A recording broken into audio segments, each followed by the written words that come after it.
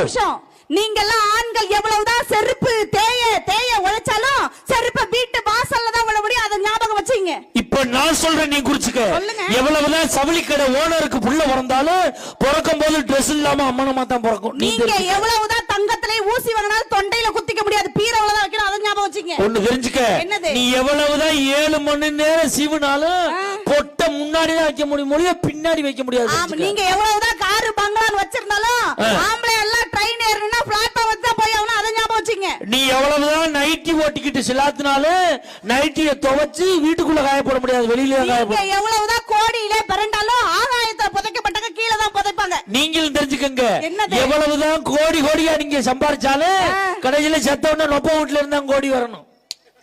Point இப்ப குறிச்சுக்க. இந்த மாதிரி கிறுக்கு புடிச்ச புருஷனால வாழறது யாரு? அந்த லூசு தான். இந்த பூ கூட வாங்கி தரது வக்கலால புருஷனால வாழறது யாரு? பூக்கடைக்கார முன்னாடி தான் அவன் தான் வாங்கி கொடுக்க